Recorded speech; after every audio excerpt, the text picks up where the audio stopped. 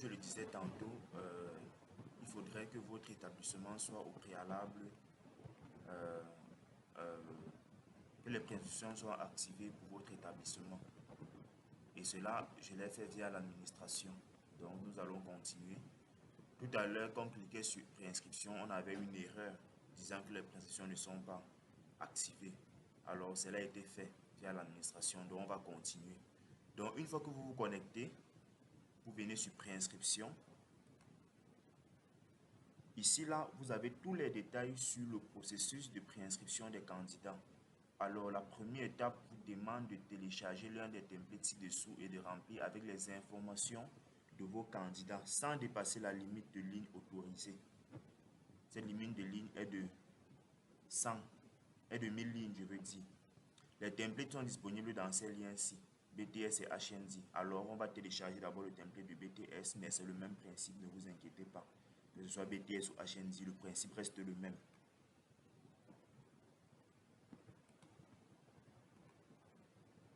Ok. Donc, vous devez remplir et vous devez enregistrer les candidats pour que les options pour lesquelles vous devez enregistrer les candidats uniquement pour les options pour lesquelles vous êtes autorisé. Ça veut dire que les établissements sont autorisés pour un nombre défini d'options. Alors, si vous voulez de nouveau, si vous voulez ajouter, si vous voulez plus d'options en fait dans votre profil, vous vous rapprochez de la commission tout simplement. Le format autorisé pour les dates de naissance est le format année, mois, jour. Donc, vous remplissez année-mois, jour. Même si au final, Microsoft affiche ça au format jour, mois, année, ce n'est pas un problème. Donc, on a téléchargé le template. On va l'ouvrir.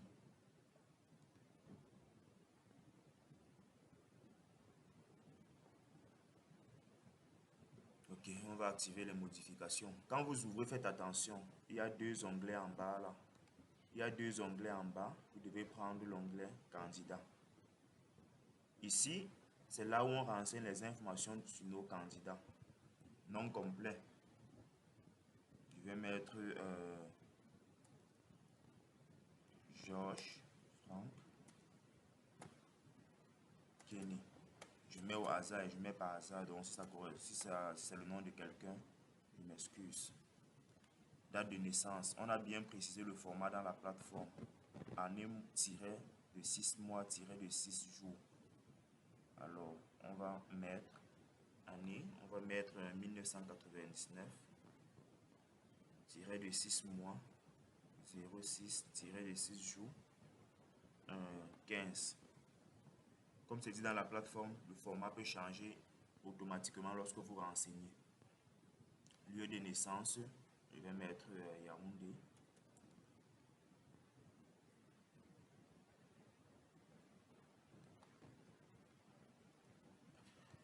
Pays d'origine. Faites très attention parce que quand vous renseignez, parfois il y a ce petit menu. Si ce menu-ci vient, ça veut dire que vous devez sélectionner et non remplir manuellement. Donc pour ce cas, pour le pays d'origine, on va sélectionner le Cameroun.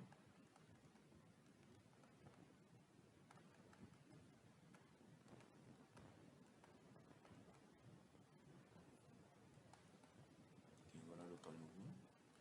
Région d'origine. Pour la région d'origine, on va sélectionner le centre. Le sexe, on va dire que c'est un homme.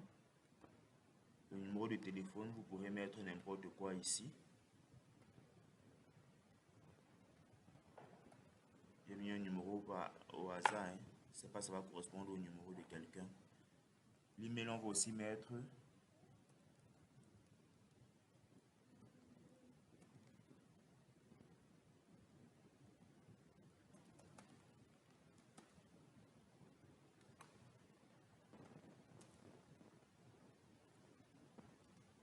code d'établissement. Notre établissement, c'est Bono. Donc, vous entrez ça le code de votre établissement. Le niveau 1. Et l'examen, c'est le BTS. Vu que nous sommes sur le template de BTS. Ici, là, c'est l'option. Ce sont les options. N'oubliez pas de ne choisir que les options pour lesquelles votre établissement a l'autorisation. Sinon, lorsque vous allez importer la liste ça va échouer. Lorsque vous allez importer la liste pour faire les préinscriptions, il y aura des erreurs. Le diplôme, le dernier diplôme du candidat. Bon, on va dire qu'il a le baccalauréat.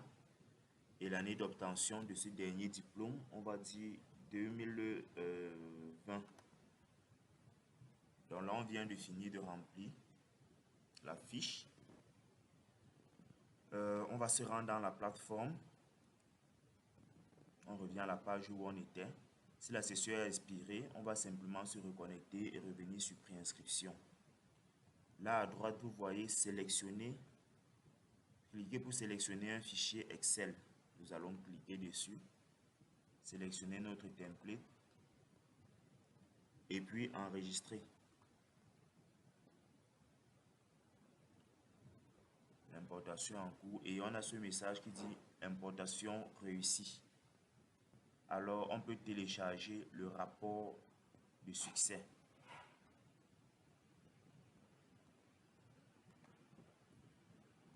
On va l'ouvrir. Alors, vous voyez ici les informations du candidat en question. Il s'appelle Georges Franchini. Numéro de téléphone, examen, option. Là, vous voyez son code de préinscription qui a été généré. C'est ce code de préinscription que le candidat va utiliser pour la suite, pour faire son paiement des frais d'examen de BTS via la plateforme ou via l'application mobile qui a été faite pour cela. En cas d'échec, vous aurez également les différentes lignes où il y a échec avec les informations erronées. Donc, en cas d'échec, ce rapport, vous aurez ce rapport qui vous présentera les lignes où il y a échec. Par exemple, là, en cas de succès, on dit à la ligne 3, telle information a été effectuée avec succès. Si on part dans le fichier, à la ligne 3, nous sommes là. Voilà, 1, 2, 3, ici. Ainsi de suite pour les autres. Donc là, on a fait un exemple avec une seule ligne. C'est bon pour cette partie. Dans la prochaine partie, nous allons vous montrer comment faire le paiement. Donc, nous allons vous montrer comment valider l'inscription d'un candidat après qu'il ait payé ses frais d'examen.